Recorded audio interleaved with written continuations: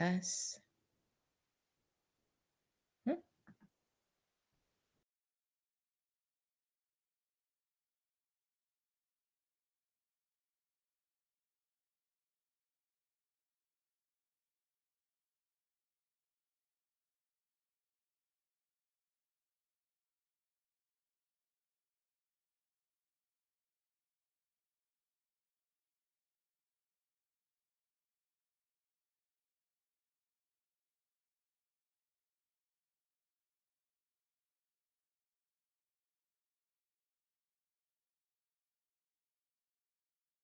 Whoopsie daisies, wrong promo.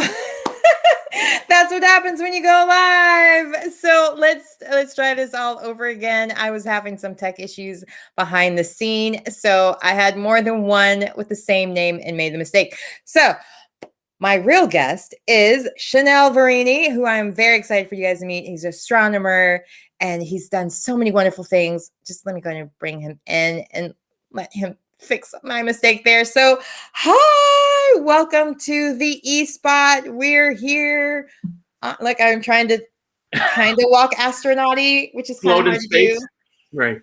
I'm like so distracted because you're a real friend of mine that I didn't turn on any of my lights. I'm just now realizing. So we're really having a fun time today. That's right. You got to all natural. 1 year later, celebrating the E-Spot. So I'm so thankful. Happy 1 year anniversary. Thank you so much. And to spend it with a friend is nice, especially one that's out of this world. Well, well, I guess out of the state at least. That's right. So please tell everyone at the E-Spot a little bit about yourself and how you got started in astronomy. Yeah, so my name is Shanil, pronounced like the perfume, just spelled differently. And I've always been interested in astronomy. You know, it's one of these things that, you know, often you can remember like these pivotal impacts and pivotal moments in your life. And I remember as, you know, a third and fourth grader, in fact, in middle school, learning about rotation versus revolution when we talk about the solar system and the order of the planets, and just being incredibly mesmerized by how we could figure these out. I remember going into the library and we'd see these incredible photos that you see from space. You see those incredible colors that you see from like Hubble images now, and just being like, what is this? You know, what is this telling us? What's going on here? Just being that curiosity of trying to figure what this thing was going on. So that's always been, you know, kind of my passion. So I've been lucky enough to be able to follow that. For the last 20 years now, I guess, 15 years, I've been more of an educator than a practicing scientist doing fundamental research. And so that's been a lot of fun, you know, being able to talk to both students and the public alike about science, what it is, why it matters, and who gets to do it. Because sometimes we put a lot of roadblocks. We say science is open to all, but sometimes our words, our characters, and the things we do suggest otherwise. It's so cool. So when you first thought of the fact that I want to be an astronomer, I'm sure you didn't know this is the path to take to become an astronomer. So how did you even figure that out? Was there someone that kind of told you what path to take, or did you know someone to mentor to follow that path? And I'm glad that you mentioned that media had kind of an effect on you by seeing different movies and things, because it's so important, I think, to be able to see those images to inspire you to become something maybe you would never otherwise know existed. Oh, absolutely. I think it's probably one of the more powerful tools we have in our toolbox, you know, how we depict scientists and people that are doing this work. And that has been 180 degrees different from, you know, when you and I were young to what young kids see today, which is great. It's much more empowering and positive. But you remember, you know, in the 80s, it was, you know, movies like Revenge of the Nerds, you know, and if you had any kind of affinity towards math or science, you were treated as different and often invited to be bullied on. You know, being a geek or a nerd was a negative. And today, you know, maybe thanks to Facebook and social media and those kinds of tools, being a geek or a nerd is something to be celebrated. So that's been different. You know, it's a 180-degree role reversal. But your point about, you know, how do you get entree or how do you figure out what you want to do is actually a really important one, even to this day. I was the first person in my family to graduate from high school, forget college. And I didn't know what engineering was. You know, that was a word I heard amongst my peers in high school. And certainly there were a lot of kids in my class that, you know, were saying they wanted to go to school to be an engineer, but I didn't know really what that is. And even for me, I wanted to do space science, and I was really interested in the stars and the galaxies, but I thought that meant being an astronaut. So when I was in middle school, I thought, okay, I want to be an astronaut. And then I realized, no, astronauts just work in space. They don't really get to study space. That's what astronomy is, right? So, so you're right. I had to go through that, and I had to learn through that, and that wasn't in the wheelhouse of my family's background, because again, these weren't certain conversations that they were familiar with. But I was lucky. I went to a really good school where those kinds of conversations could happen. But there were still deficiencies. It really wasn't until I got to college that I even understood what engineering is. And it's a shame because today when we think about it, we just landed a $2 billion SUV-sized rover inside of a crater on the fourth planet out from the sun. And so engineers get to send their toys now around the solar system and do really cool things. And it's important for kids that may be interested in science and engineering to know what the difference is and to know what the pathways are, and that so they can play as well.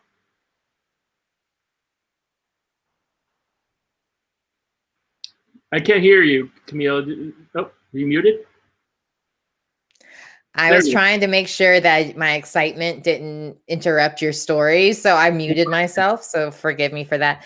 But I'm so glad you brought up about toys as well, because I've had this ongoing battle almost with one of the toy makers where they keep saying they're going to increase more dolls of color to represent like more of America, in that sense, where they'll have every couple of years they'll throw out a girl of the year or so on that's Asian or Hispanic or Black, but it's like $20 later they'll throw one of us again, or $20 later they throw, and it's like they keep saying, oh, we're gonna do more inclusive, and I loved that they did a Hispanic character, or at least I guess she could pass for whatever brown complexion that you may be, but they had her as an astronaut, and they had her like a whole tech thing, but or a whole rover, I do believe, as well, and all these wonderful fun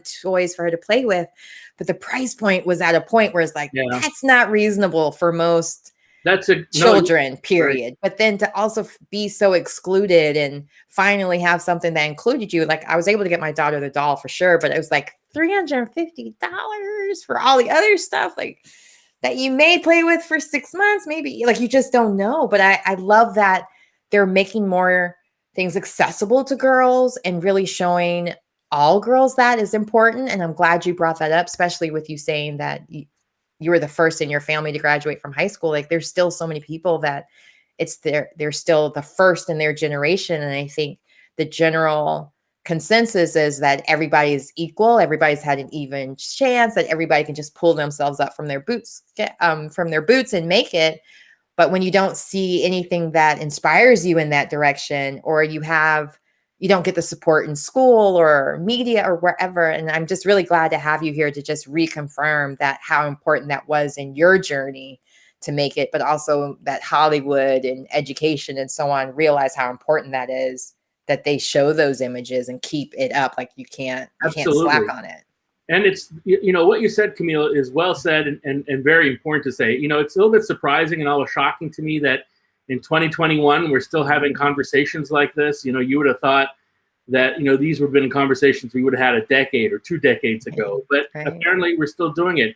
And, if we want to change attitudes towards science, if we want to change attitudes, towards immigrants, if you want to get in that kind of political context, we want to change attitudes towards anything, role models matter. It's probably the most powerful tool that we have in our toolbox. And you can't be what you can't see. So if we're always putting, the caricature of a scientist as the white man with crazy hair in a lab coat, right? Often bent on world destruction. That's a stereotype. Yeah, Back to the Future or any superhero movie. Yeah, for sure. That's right? That's still a stereotype that perpetuates to this day. In fact, that was there was a landmark study that was done actually about 15 years ago. They went to urban schools outside of Chicago, and they asked them exactly that question.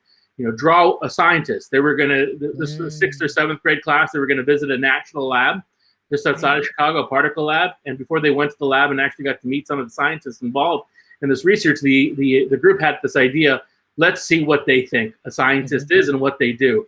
And by and large, almost every student drew this picture of this white male, lab coat, glasses, socially awkward, inept, right? This caricature that we often see propagated or used to see propagated in pop culture.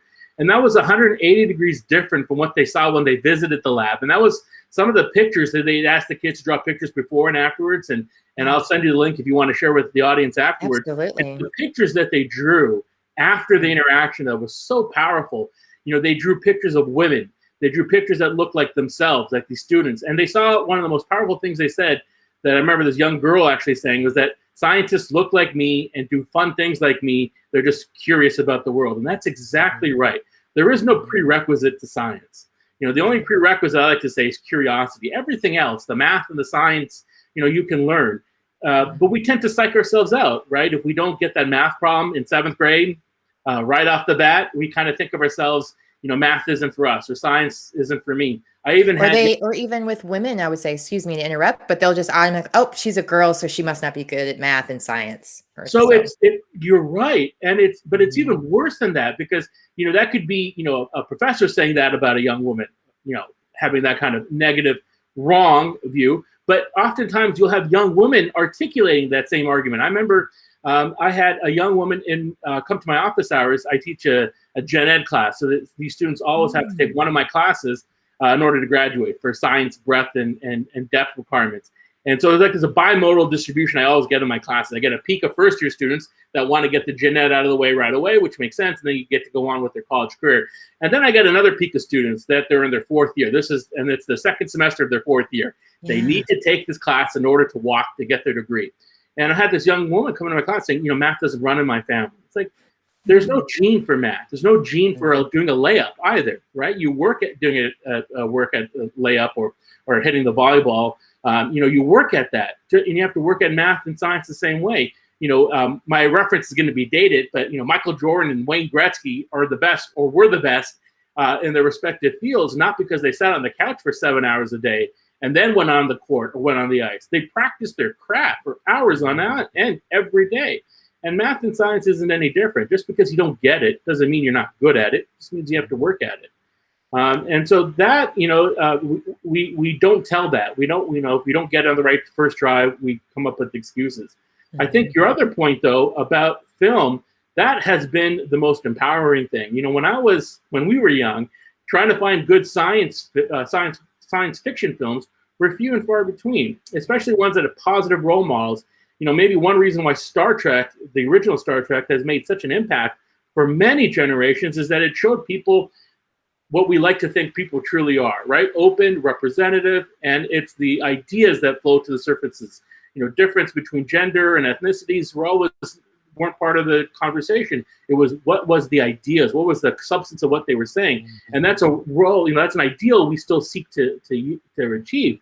But what has happened in the last 20 years is we have great films, you know, like The Martian, like Interstellar, you know, like Hidden Figures, like Contact, which is Dr. McStuffin, even in that sense, for even little kids. Yeah. That's exactly right. So we have role models now, and we have people that are like me and you that get to do cool things, but they're not Six Sigma deviants. You know, this idea of a bell curve, right? You know, if you take people's heights or weights or intelligence, apparently they have like this very nice bell curve, and, you know, the middle is where the mean is, the average of the distribution, and then we can characterize how big that distribution is by how many standard deviations somebody is away. That's what Six Sigma refers to. And I had somebody characterize me like that, you know, scientists are, you know, way at the tail end of the bell curve, and I just rejected that kind of caricature because it suggests that, you know, only weird people do science. And I don't think that that's fundamentally true. I think it's the people that are curious that get to do it. And I think there's a danger in also making those kinds of aspersions, is that it tells us that we're different, that we're somehow, you know, different from everyone else. And I don't believe that to be true. I think scientists, you know, to quote Albert Einstein, the only thing that makes them unique is that they're passionately curious and they seek to understand why the world is the way it is and not some other way. Thank you so much for just reconfirming everything I wanted to hear, but to hear it from someone as intelligent and that can back it up with the science and the data as well. Because I mean, I was a sociology major, so when you were saying all the things about the bell curve, and I was like, I remember those days and the statistics of it all. And so, like, people I'm just sorry to bring up previous trauma. no, I loved sociology. It was my favorite. That's why I majored in it. Just because you gotta see like what not only the different groups and cultures, like how certain things just go about. Because I remember the blue eyes, brown eyes video and just picking out the dolls. But when you were saying about picking out or drawing out the scientists, it reminded me of that. And there's a new documentary that I just was privy to getting a sneak peek of it yesterday. And it talks about picture a scientist, and it's talking about women becoming scientists and the importance of, or how important that is, because when we think of on a grander scale of different places where women are leaders, they do a better job. Like the country is better off. Like everywhere that there's a woman prime minister, COVID is big time slash, like there's that element where women need to be at the table because just better things happen. I don't know if men just start operating better because we're around. It's just the fact that we're just that, 50%. I think whenever we have diverse voices at the table, we always win. Because when we have diverse voices at the table, we're not locked in our little tunnel vision thinking we have all the answers and we're trying to search for that answer in our head. We're hearing other people come up with other ideas that allow us to accomplish the same kind of goal. So I think diversity, diverse in the viewpoints, diverse in ethnicity, diverse in gender, diverse even in socioeconomic backgrounds. All of that diversity matters because it brings a view to a table that we otherwise may fall blind to. I'll tell you that when I was at James Madison University, I created a summer space camp. I was the planetarium director, and this was a state-of-the-art $2 million planetarium. And because it's a public university, they followed the academic calendar, which meant for 4 months out of the year during the summer months, it was dormant, it was closed. And because when I was middle school, high school, I wanted to go to the real space camp, the one in Huntsville, Alabama, for throughout my entire time. But my parents couldn't afford to send me; it was just far too expensive. The tuition was exorbitant, but then you had to factor in flight and accommodation. And I was in Canada at the time, so the exchange rate also made it at disadvantage. And so here I am at this university that has a state-of-the-art planetarium, and they said, well, you don't have to do anything over the summer. And I could not do that. To my conscience, to be silent for 4 months when we could do something really cool, I couldn't do that. So I started a summer camp. And I used the word Space Explorers. And that name was chosen specifically because one of the things that we often do when we talk about science is that sometimes when we talk about a science camp, and you see a lot of science camps now starting, is that they're still self-selective. Parents will choose Bob or Sally to attend because they may have an interest in science, thinking that, because they may not show an interest in watching Doc McStuffins or something else or Back to the Future, that they don't have an interest in science. So that kind of self-selection still happens.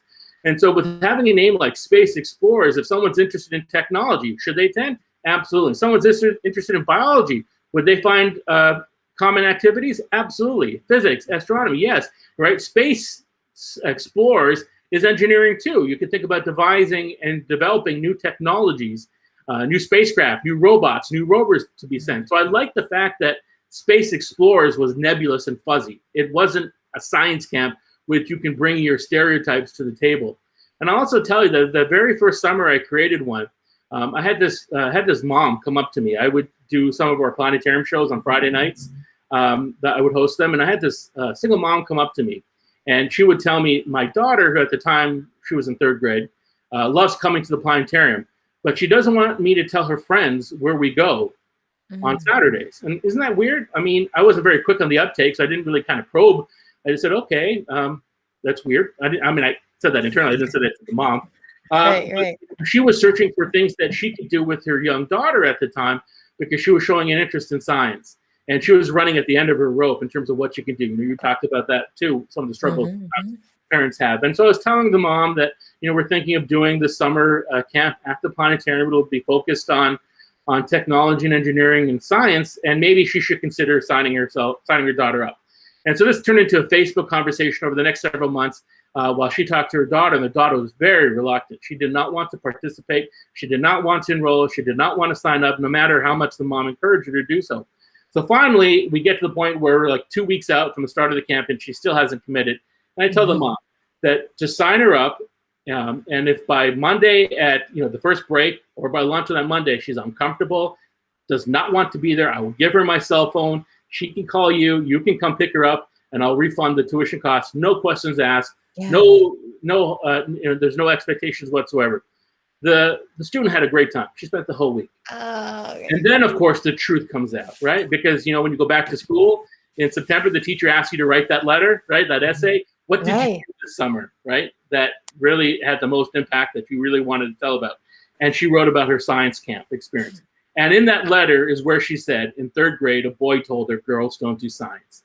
And so she had internalized that comment from some 3rd grade boy for why she didn't want her friends knowing where she went on Saturdays, for why she didn't want to attend a space camp, because she thought it would be just be boys, and she wouldn't find somebody like her, someone with her kind of background, with her kind of interest represented. And of course, I'm not going to say it was 50-50, but it was certainly 60-40, or maybe 2 out of 3 were boys, but there were certainly women, young girls there, and she found her voice, and she found a role, and now she's wants to do science when she gets to college. She's a high school student now. And so it told me that we have to do a lot more of this. And so we started a program at the planetarium. It's called Science Sunday for Girls. This comes back to your question about your point about role models. And that was because, the studies tell us that, if we were trying to change attitudes towards science, especially we're trying to get more young women to go into STEM fields, that, we have to start in middle school. That was literature at the time. It's suggesting we have to start even earlier than that. And so we started doing the Science Sunday for Girls, and we were targeting young girls in kindergarten to 6th grade. And the idea is we wanted them to see people like them, that you're not weird for having questions for why the sky is blue. You're not weird for thinking why Venus is so hot, even though it's the 2nd planet from the sun. But it was also important that they see role models for them to be able to project onto. So even though Science Sunday for Girls was my idea, was my baby, it was something in the background that I coordinated, I wasn't there on Sundays. We had female faculty members that would step up, and most of the counselors, the students that were there, couldn't tell a male student that couldn't participate, of course, but we tried to make sure there were young women, college students, that were doing science, engineering, or even there were pre-service teachers that wanted to teach that were represented there, because role models matter. It's the most important tool we have in changing attitudes, besides media. And I mean, that's amazing that you did that, and to have that, to self-assessment in a way, to realize how important it is to have the women instructors teach it as well. Because my daughter, she's one of those that loved Legos and had to do the Lego camp, wanted to do everything Lego. She could spend hours putting Legos together and just absolutely loved it. And then they killed the sci-fi versions for girls. And so then we had to try to find other things that kind of fit in that area. And so I was buying stuff off of eBay and everywhere else. But what really crushed her, I think, the most was that even though she would sign up for all these different camps, because there was predominantly male teachers, they would kind of resonate more with the male students, because they would both be talking about the same kind of things that they enjoyed. They both played maybe the same video game or watched the same shows, as opposed to her might have talked. She probably was just as interested in Marvel and those different things, but would be overlooked because she was a girl. And that's right. It wasn't until she started this year, actually, she has a female science teacher. Right. And I can see a big difference in her as far as just feeling more empowered with that. But even when you were talking earlier about the little girl who said she didn't want to do science because a boy had told her she couldn't. When my daughter was in preschool, a little girl told her that she could never be a princess because all princesses are blonde. Right. And so she started and before then she went to Disney and told the princesses there her favorite princess was herself. Because that's awesome. Because I had raised her so well, I thought. And then it just took that one girl getting in her head. And for a while there, she wanted all her dolls blonde. She was like, nope, they can't be a princess because they're, so I think it's really important for Hollywood to realize how much weight they have with the images they put out there, how it has real life effect, that these different girls and boys are believing what they're seeing and implementing it or rehashing it. It's not always that they're learning it from their parents or in their home, but they're seeing it on the different, whether it's video games or TV or show or books, like they all have that place where they can reconfirm negatives, or they can change and inspire and really encourage positive change in the world. So I'm glad that you're giving really more examples of how we can do that. Absolutely. And you're right. That's how we affect real change, positive change. My daughter, my sister, children. Well, thank you. My sister, however, is 7 years younger than me. But so when she was born, and at least for the first several years, when she was in that kind of toddler phase, my mom worked 2 jobs. So, I was the eldest of 3. And so it kind of responsibilities fell onto me to look after her and to make sure that, she was taken care of and all these kinds of other chores that come along with being the eldest in the family. But I remember there was a Barbie doll she wanted. She was like 5 or 6. And, it's one of those Barbie dolls you pull on the string and it said something. And it said, this doll, particularly this Barbie doll, said, when you pull on a string, would say, "Math is tough, let's go shopping." This is the early 80s, mid 80s. And that was such a, nefarious comment to say, because it's telling, little girls like my sister, and, she was 5 or 6, that, first of all, math isn't for her, and that her responsibility should just be to go shopping, right? Yeah, that's consumerism. Yeah. And so, so this was it was pervasive, and you would see this everywhere, these kind of caricatures. In video games, if you remember the video games from 20 years ago, it was everywhere. Right. How are women portrayed? If there is a woman character, what qualities, attributes, what is her character? Is she the smart one? Is she the scientist? Is she the engineer? Or is she the eye candy? Right? No, I think back to Weird Science, where they created a woman just for their entertainment and for her, like their robot in a way. Or even when you mentioned Revenge of the Nerds, where they were basically drugging girls and stuff. And, that's exactly it's just like you're thinking back, or Pretty in Pink, you look back now and you're like, oh my God, they were setting women up, but they were also setting men up to be these very toxic images where they were promoted to be very macho and not to be smart and to just be these brunt, horrible animals in a way. And, and not and just even thinking now with greed being good and so on, as opposed to, hey, where's the Batman? Why isn't Jeff Bezos Batman, or trying to cure stuff with all his billions of dollars, or make the world better, fight crime, fix education, homelessness? I mean, I could go on and on, but it's true. But that's why, there are films like Contact, which,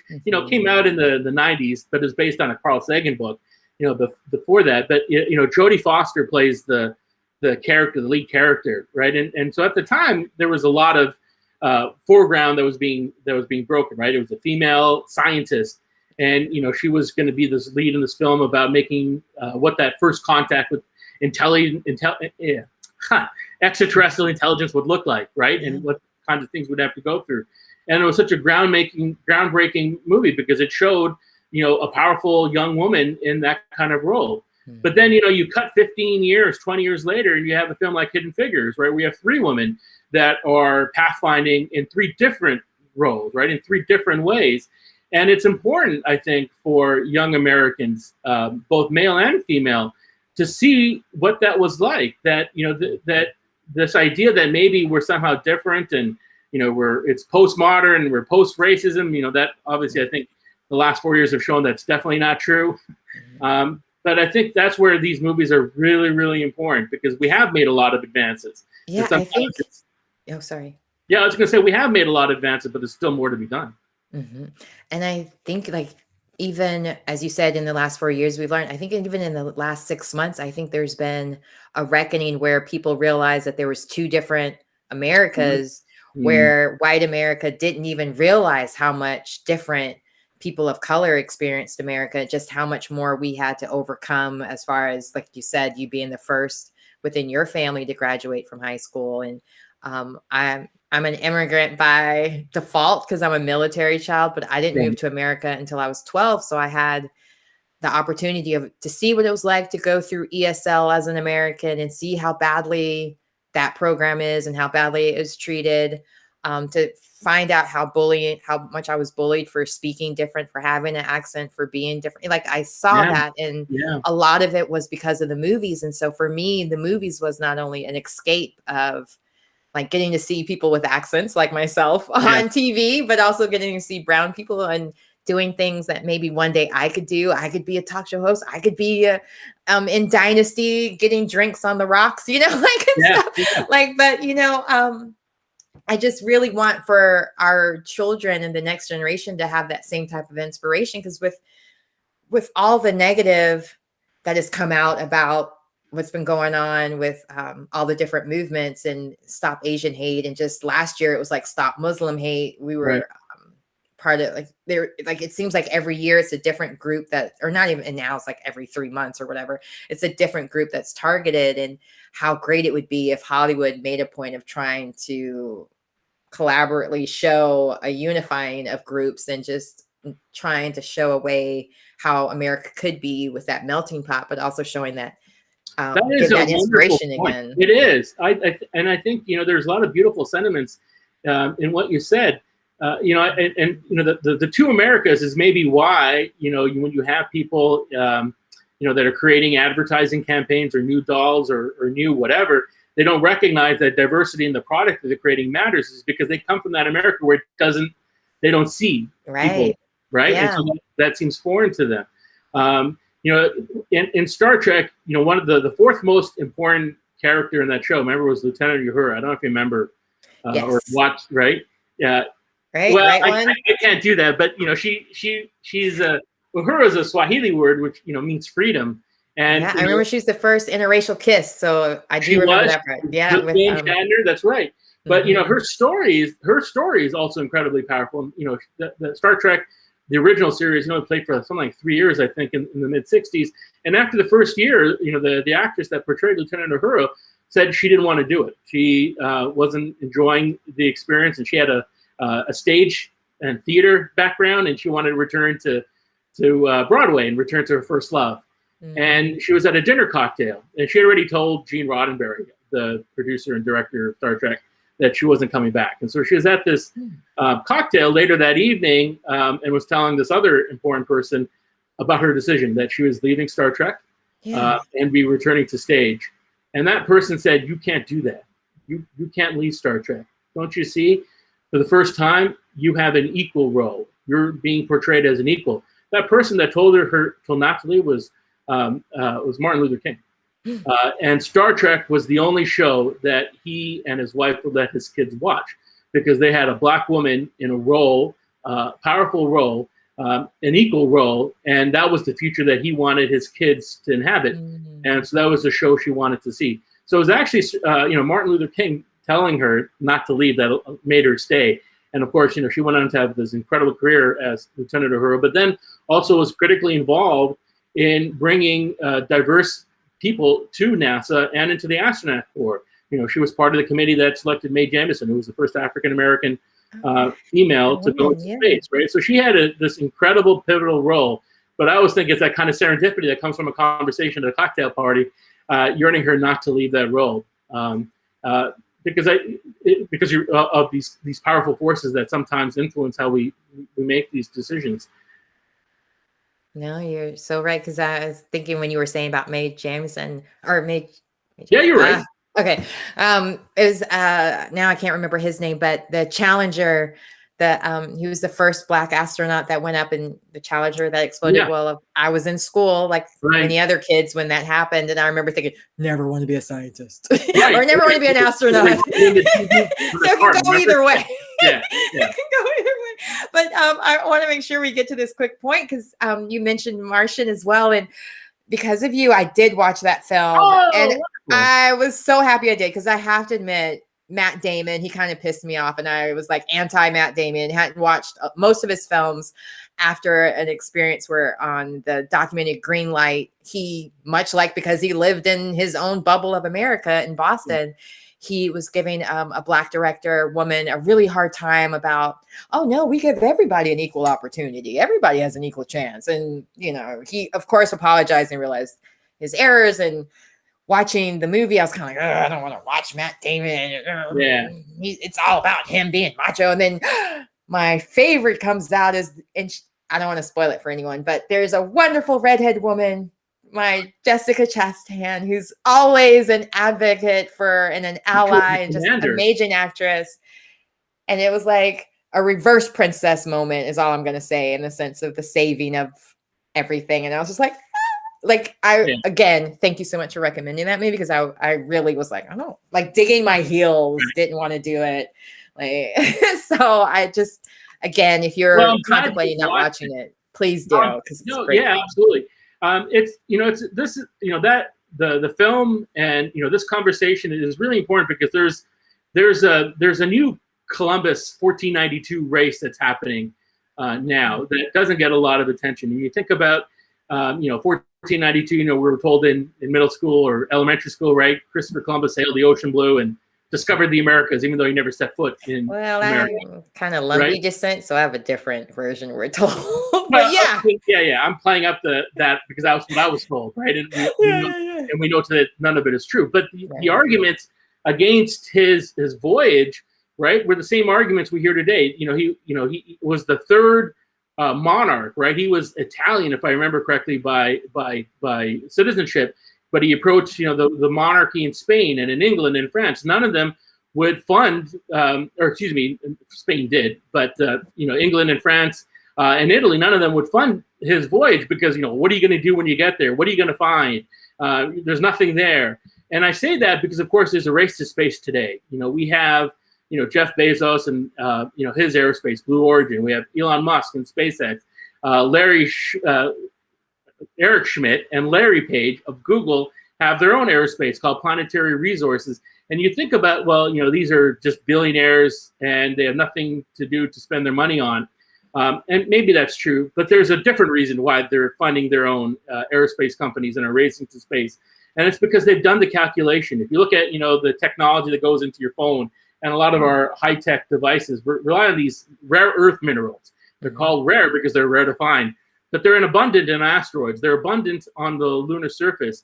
And so there's a race to space because it's this age-old driver, greed. There is literally 10 times the world's GDP, 10 times the world's GDP to be mined on asteroids and resources. That's why they're racing to space. It isn't because of philanthropy.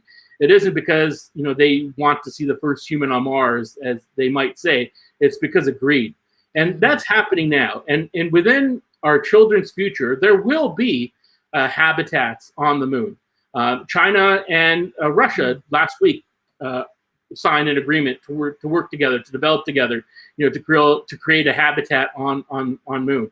At Mars, we have satellites from India and the United Arab Emirates in orbit around it, right? So what has changed since the space race in the late 60s, early 70s, which was a two-country race between the United States and the former Soviet Union? It was a proxy war, right, over who was better. What has changed this century, however, is that this is no longer driven by countries. It's driven by commerce, and it's driven by greed, and we're seeing new players come into the mold, and we're seeing that play out. I'm confident by the end of the century we will have human civilizations on Mars and on the moon. And I'm confident they'll go there because of greed and these resources to develop. The only thing that I don't know about the people that will live on Mars and on the moon is what flag will be on their shoulder. Will it be an American flag, or will it be an Indian flag? Will it be a UAE flag? Will it be a Russian flag? We're going. It's whether or not the United States wants to cede its leadership that it's cultivated over the last 100 years to other players. But we're going. And that's playing out. It's happening now. We see it happening with SpaceX launching these, new prototype, because they're building the arsenal that's going to take humans to the moon and then later to Mars. So it's playing out now, but we don't see it being covered or discussed. So just to play into my Hollywood dreams. Advocate? Oh. Well, no, I hate that word. Like, I hate being devil. I'm like, why? No, devil doesn't need an advocate. But no, just to play up my Hollywood dreams here. Will this be like a Total Recall, you think, type movie? Westworld? Like, what do you think, Mars, or how do you think that's going to work as far as habitats?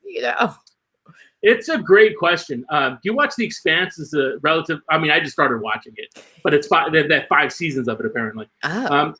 But The Expanse imagines humans living on, of course, Mars, Ceres, which is the largest rock in the asteroid belt, but also other human outposts amongst the moons of Saturn and Jupiter as well. But they're at war with these different factions, and that's a reflection, I think, of human history prior to up to and including the 20th century. We were at war with different countries, different people, different ideas. I don't think the future is going to be what it looked like for much of our existence. It's maybe my naivete and gullibility. I want to believe in the future of Gene Roddenberry, where humans have overcome the inequities we see in our society. They've solved these inequities of racial animosity, these inequities of wealth, the inequities of opportunity, and that the future is going to be what we see in Star Trek, where it's not driven by people of different parts of one corner of the globe against the other, but it's human species. That's the overwhelming and underlying common united attribute. So I don't see that happen. I'm surprised, sorry to cut you off, but just thinking about COVID and how we met in that sense, like, I'm kind of surprised that when, like sometimes when we're all battling a unified enemy, like Independence Day or something, we kind of get together. And so I was kind of surprised with COVID that it became a political thing and we didn't come together against the unified enemy of being COVID and protecting ourselves and, each other. It was more about freedoms and other things I won't go into. But how do you think, as a scientist and as someone that really looks at the data and so on, how do you think we can go make that happen and make this utopia? Because I'm all in. What do I have to do to make this happen? Well, to the extent that science does become like this wedge issue, right? Mm-hmm. You can understand why there was maybe a pushback against wearing masks, a pushback against social distancing. It comes back to actually one of the things you mentioned earlier, that when you have women at the table, you tend to have a better product, whatever that product may be. I think when you have people that have a formal education, either graduated from high school, but more importantly, maybe graduated from college and have had different exposure to science and math, I think the conversations are different. I don't think you can have wedge issues at play. And I think that diminishes the argument from one side about science. I think when we understand science and that understand that it's not a tool, to divide, but largely a tool to understand how the world works the way it is, and doesn't have a say what color you are or what gender you are, I think that's when we win. So I think that's where it comes back to this conversation, why it's so important to have positive role models in science, doing science, and we present it to young children when they're most impressionable, because when they see people like them reflected in films doing cool things, they say, hey, I want to do that too. And I think we win. Yeah, I agree. I think that's how we get to start. That's how we get to Gene Roddenberry in the future. Well, this has been such a great conversation. So I want to make sure everyone knows where to follow you, because I'm like, oh, wait, it's already been 45 minutes almost. So I want to make sure everyone knows where to follow you, because you also have your own podcast. So please share a little bit about that as well, so they know where they can hear more about our universe.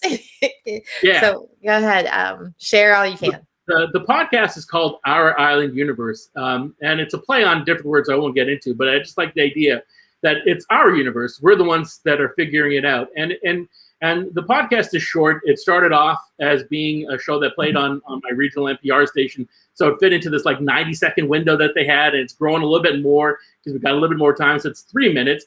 But the idea is just to introduce a short idea, to tell you a little bit about it. And I tell myself that if I get you going to Google to learn more about that person or that telescope or that whatever, then I've won, because I've got you going to Google to find out about science versus your favorite Hollywood actress or actor, right? Hey. They inspire people, these favorite Hollywood actors. We get to play the parts that people want to be. When we get to the point where all the, there's a lot more the science and engineering films coming out and they're playing those roles, I'm going to change that stereotype. But you're right. Okay, great. Well, I was going to say, they're not looking up what to shop for. How about that? We're going for sustainable fashions. Yes, right. And since Earth Day's coming up, recycle, take care of our planet. Is there so, any parting words you'd like to share on that point as well? Like on climate change? Or just in science in general, anything that you would want to share with our audience, just so they maybe you can be like drop that hint of more things they need to make it entertainment and science. Well, I would just say that, we talked about how scientists sometimes are portrayed as being different from the rest of the population, which is not true. Science isn't something that also just happened now. I think, our species has been around for some 250,000 years. And that's just we're recent to the scene. Our planet's some 4.5 billion years old. So we've really just emerged on the scene. But you think about that 250,000 years, and we've made a lot of progress. We've come a long way. We're a nomadic species. It's clear that our species started off on East Africa, but as soon as, we originated on the scene, we explored, we left, we traveled the oceans. I don't know when the first humans actually crossed the ocean. It wasn't Columbus, right? I don't know when the first humans left East Africa. There weren't any books. I don't know when the first humans, settled the Americas, although there's certainly a lot of evidence that it happened some 20,000 years ago, right? Well before Columbus. But I do know that the first day that our species set foot on another world, that was July 20th, 1969, right? When two white men, set foot on the moon. We have not sent a single woman. I tell this every time I give talks to young kids. I often ask them, how many men have set foot on the moon, and I'll get some number. How many women have set foot on the moon? And they refuse to believe that, in the 21st century, there's not been a single woman. And that hasn't. But that's going to change by the end of this decade. We have plans. NASA has plans to send Americans back to the moon. That's the Artemis 3. Artemis, of course, is the sister of Apollo. That's a goddess. A goddess, yes. And so we'll send another thing I loved, mythology, which is also in that sci-fi world. So I'm glad that maybe more of that will come through. It is. And so this is part of I think this is part of who we are as a species. We're explorers. We don't sit still. We wander. And by the end of this century, we'll have wandered to our moon and to the nearest planets, because that's what we do. That's who we are. And we can continue to put our head in the sands and ignore it, or we can be a part of that incredible story. Yeah, I love it. Oh, and of course I have to ask, because you did mention it. I forgot the name because it's way too many letters and consonants and vowels, but the moon rock thingy. Wow. Yes. Yeah.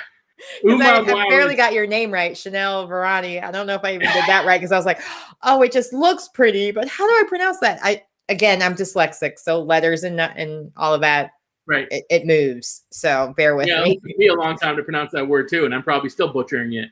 So the telescope that found this interstellar visitor, this object, was a telescope atop Mauna Kea, Hawaii.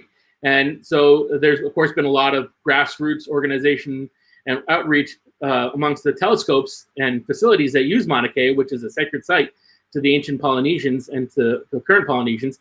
So they're trying to use ways to make connections. Again, back to this conversation we had. And so one way they've been able to make contact is to actually, when they discover new objects, is to use ancient Polynesian words or this Polynesian language to identify these things, new discoveries. So Umwamwao just means scout, or first visitor. And by looking at the orbit, just the path that this thing is following, we can figure out its speed, and we can figure out roughly where it came from. And by looking at its dynamics of its speed and its orbit, it's clear that this thing didn't originate in our solar system. So it came from outside, from some other solar system. And what got a lot of attention in the last year and a half is there was a Harvard PhD scientist, but just goes to prove that just because a Harvard PhD says something doesn't mean it has any merit to it. We're learning. Anybody can get in with the right Photoshop. Right. Not necessarily Harvard, but just in general.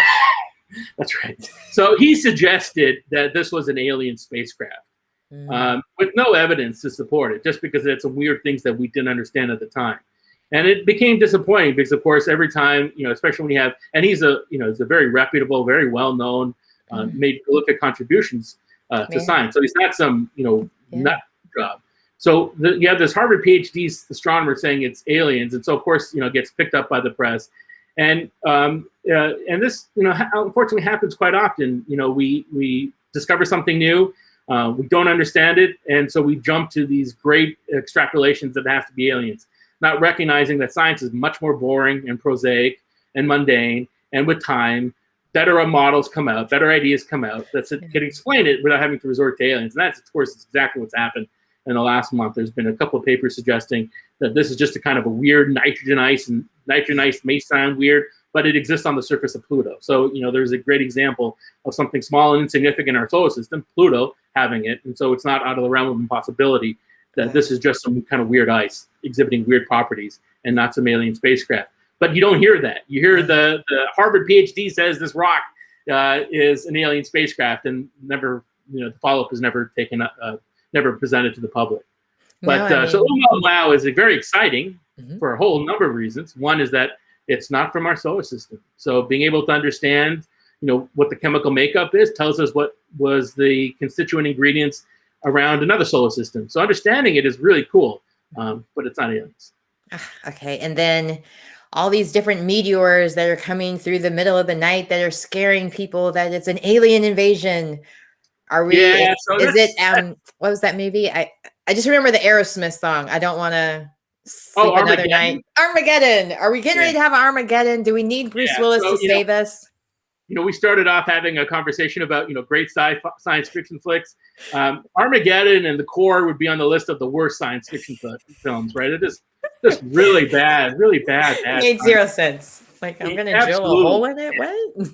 But the funny thing is, it's more of how we're so used to living in urban cities, urban landscapes. We go out on a clear night, we see maybe 10 stars and think that's normal. Maybe we go out to suburban skies or rural skies in the summertime when we go vacationing or go camping with the kids, and maybe we see 10 stars or 100 stars and we think, oh my gosh, it's so much darker. Not recognizing that for much of our human existence, we lived outside. We lived around a campfire telling stories. That's what we did. We didn't have Xboxes to play or Netflix to entertain us, right? The night sky served as that. So we lived outside. We saw this vista with thousands and thousands of stars. The Milky Way, our home address in the galaxy on a moonless night, is bright enough to cast shadows. That's how bright our galaxy is. Yet 8 out of 10 Americans now never see the Milky Way with their own eyes where they live, because the way we light our homes, towns, and communities competes with our ability to see the stars in the Milky Way. So, and I think we lose something. I think, coming back to this other point, how do we get to train our minds to think about bigger and more than ourselves? I think if we can get back to looking up and seeing the night, seeing the stars, that's been the source of our inspiration, again, since the beginning of time. It's inspired our art, inspired our theology, inspired our philosophy, and of course, it's inspiring our science today. But we're so disconnected from each other. We're so disconnected from the cosmos and the natural world that I think we've lost something in how we live today. I'm so glad you brought that up, because I took my daughter to a planetarium a few years ago in LA. I want to call it the Getty Center, but I don't think that's what it's called. I forget now, because everything's Griffin Observatory. I'm like, I knew it was a G word, but I know Getty's pictures, and of course, being entertainment, I've been looking at Getty stuff. So, and I think even when I was looking up the different things you were talking about, it was on Getty's website that I saw those stuff.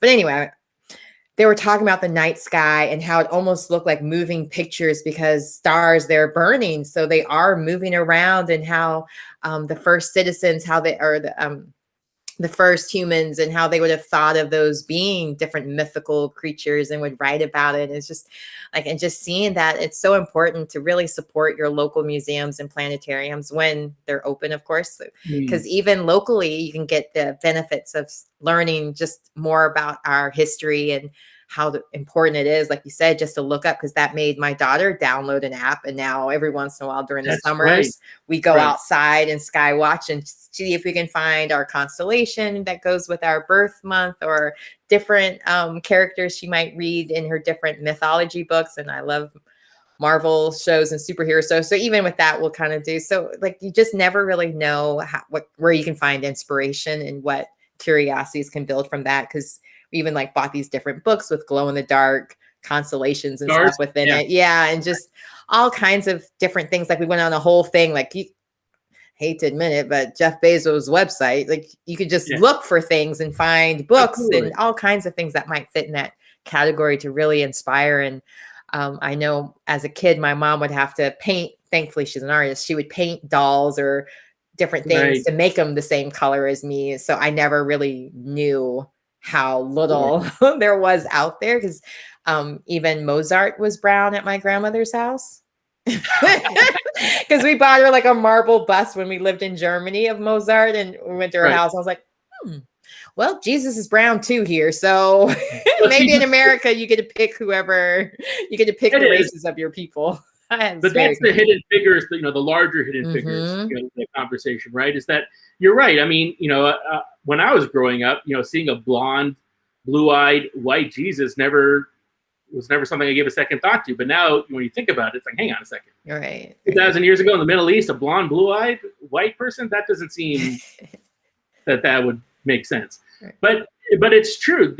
We have hidden figures, not just in terms of, in the case of the film, that chronicles the contributions of 3 African-American women that were pivotal in getting 12 men on the moon.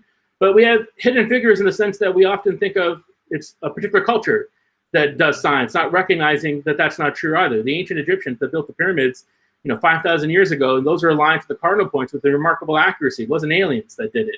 They understood the motions and the patterns. They could read the sky, both the day and night, like a book, and they could figure this out. We just celebrated, celebrated, I guess is the right word, the first day of spring, this past Saturday.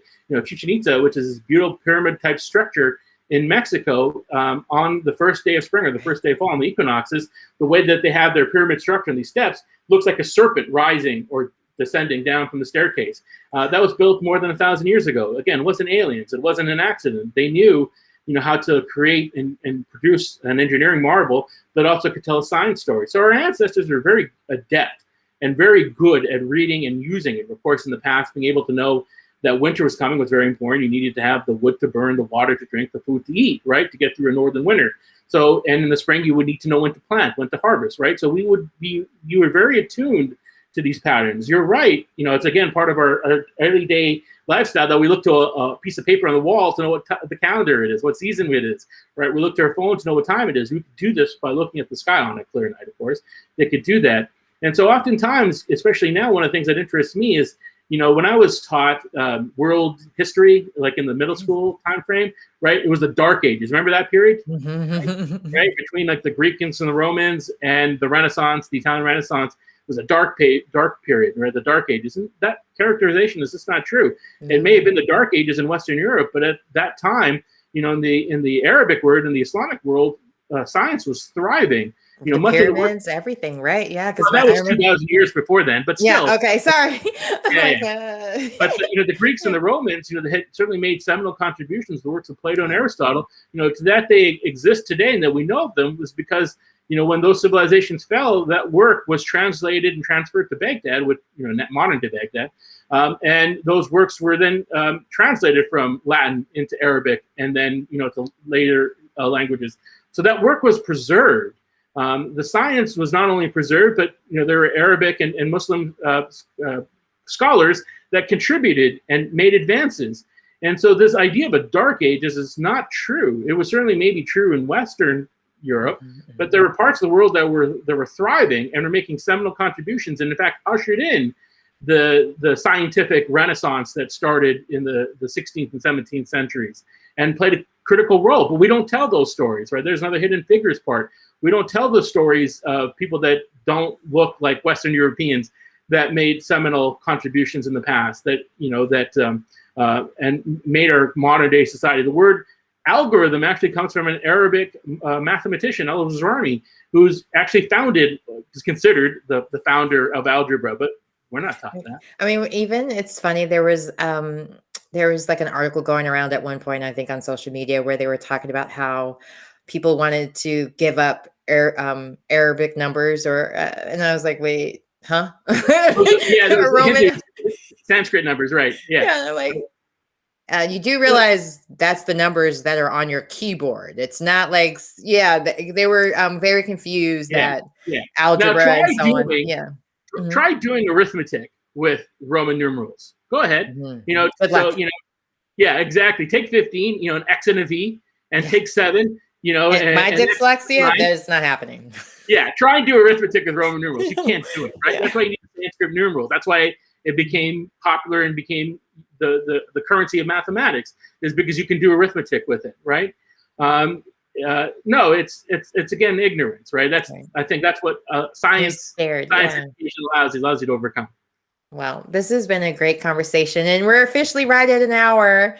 So thank you so much. We could talk forever. Please let everybody know where they can find you on Twitter or Facebook and all of the wonderful places that they can find you and keep up with you if they want to continue. On Twitter, it's Shanil B. It's my first name, last initial. And on Facebook, it's Our Island Universe. And on both these places, but Our Island Universe in particular is where I just try to share stories about our cultural connection to the night sky. And that this is part of our species since the beginning. It's not something weird or different or new. Now, we've been doing this for 250,000 years. Well, thank you so much for being my guest. Thank you, Camille. It's been a lot of fun. First year, like out of the world excitement. I love this conversation, and it was so much fun talking to you, and I can't wait to talk again. And thanks for being my guest. I really appreciate it. Happy anniversary and continued success. Thank you. I wish I had like party music, but all I have is is my iPhone that I gave my husband. I tricked him into thinking I was that I went on eBay. Like this is like 5 years ago. Oh, I'm getting you a special. I got it special made and it's blinged out. This is from Target. Oh, the battery is dead. But I even said it came with Surrey because it's like this creepy zombie voice that speaks and stuff. Needless to say, he was very glad to know that I didn't spend thousands of dollars on an eBay iPhone. Nice, yeah. And it was just me. Really it's like, you used to talk to that, and you used to stand at a wall. It's like, yeah, that's and I would like be completely surrounded in the wire as you would start talking to people and not realizing. That's right. Or having to start over if you started on this thing, right? Because every grandmother had one of these. So my daughter will know how to use one of these. Actually, you did dial, right? I was on. Yeah, you had to know the area code and everything. Those days, you really had to be good with numbers. Well, again, thank you so much for being my guest, and I truly appreciate it. All right, and you have a great night. You too. Thank you. All right, everyone. So this has been the eSpot with Camille. Make sure you follow, like, and subscribe. Well, now follow and keep up with me on CamilleCoward.com, my website. I go live there as well. Thanks to YouTube integration, I can do it on my website, or you can keep watching here on Facebook. I will be trying a new format called Bullhorn. So please download that app. I wasn't able to get it to working today, but hopefully next week I'll be able to do all of it because, it's a lot to do in one computer. Sometimes it works, sometimes it doesn't. Moving forward, next week, we're going to continue this wonderful conversation in April Fool's Day. We will not be foolish. We're going to talk to, I'm so excited. Her name is Leisha Lux. She is the creator, founder of Real Talk. And her whole point is talking about racial equality. And so we're going to talk about all the different images, race-wise, kind of continue this conversation, but talking about how these different stereotypes, how they're breakdown, different ways that they break down on movies and TV shows.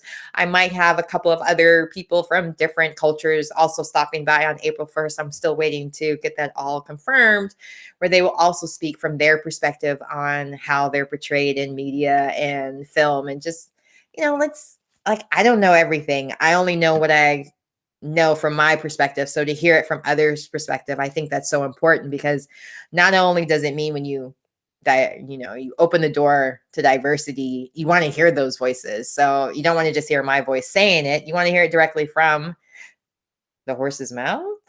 That's not inappropriate. Now I have to look that up to see if that's got some issues with it. But anyway, next week, April 1st, 7:00. And I'm too excited to even hold out. So the last Thursday of the month, I will have a former producer from Epic Games, the creators of Fortnite. She will be my guest. I will have a woman engineer, scientist. sharing about Fortnite. So go ahead and get your kids, your adults, everyone that likes to play Fortnite, go ahead and get your questions in. Different video games as well. She mentioned that that's above my head brain, but she worked for Epic Games and some other great games as well. So she's going to be talking to me at the end of the month. So next month. So every Thursday, 7 o'clock, tune in, have your questions ready. I'm so excited for you guys to see the lineup next month because every week is somebody special. But I wanted to share about the Fortnite since we were talking about science, and she is a woman scientist. And today's the last week of Women's History Month that I'll be on air. So I wanted to also explain that every episode this month was a woman except for today's. So, I'm allowed. I'm a woman. Anyway. So thanks again for tuning in. Make sure you tell your friends about the show. Everybody needs to know about the eSpot. It's been around for a year. It's not going anywhere. It'll be here again next Thursday. I'll see you then. Don't let me be the best kept secret. Share with your friends, especially if they would enjoy this conversation or want to be a part of this conversation. Have them reach out to me. And if you know somebody that'd like to sponsor the eSpot, like the Seven Stones radio, please let me know because I am accepting new sponsors. And thanks again for hanging out at the eSpot with Camille. And I look forward to seeing you next Thursday at 7 o'clock Eastern, 4 p.m. Pacific.